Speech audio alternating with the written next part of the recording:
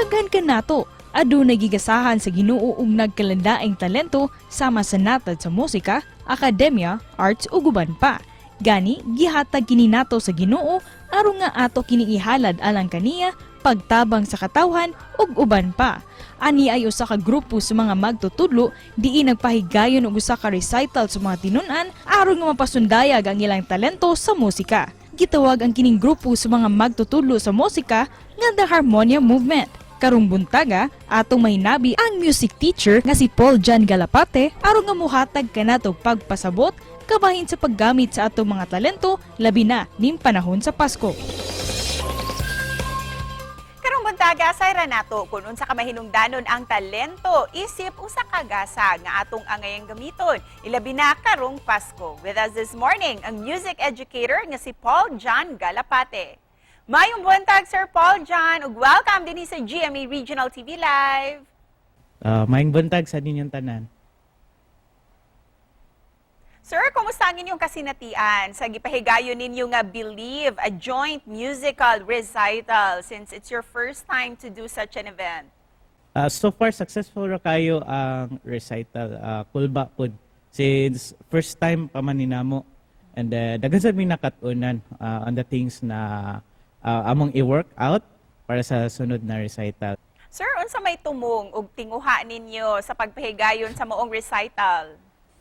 So, goal jud namo is to educate sa katong interesado makakaton og musical instruments and spread music literacy. Then ang result kay maka-recital sila eventually to gain experience. And then they can apply something sa lesson in their like example, confidence, hard work, patience, time management, and other qualities nga makatunan nila both sa in practice and in lesson. Sir, hisgutan ta ang inyuhang grupo. Nganong gitawag nga The Harmonia Movement ang inyuhang grupo? Kano sa kini na-establish og kisang mga membro? First of all, we are not organization. We're not also a formal group. So we're not also a school or a studio.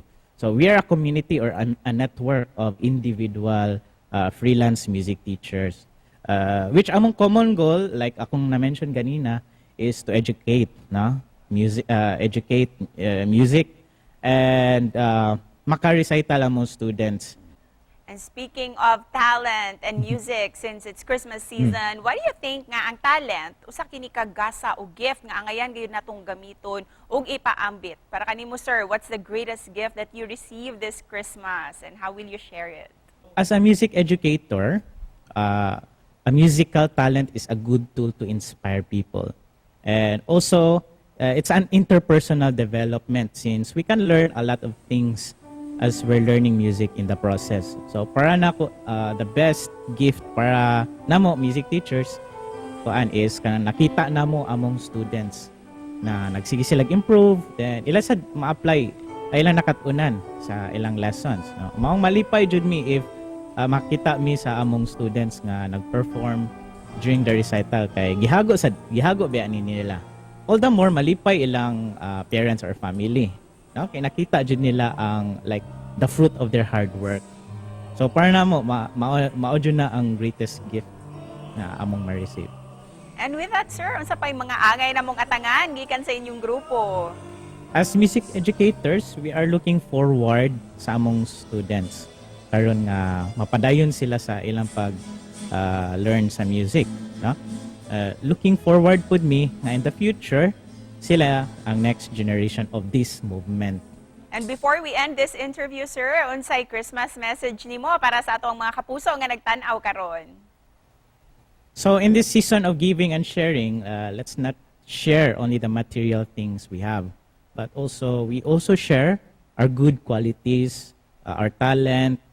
Always remember to be kind to everyone, and then let's keep improving every day. So sa katong mga na ay laom kayo og pinagdaanan, padayon lang jud. Then laban lang jud, never give up. Ug daghang salamat kaninyo, sir, and Merry Christmas. Merry Christmas sa inyong tanan.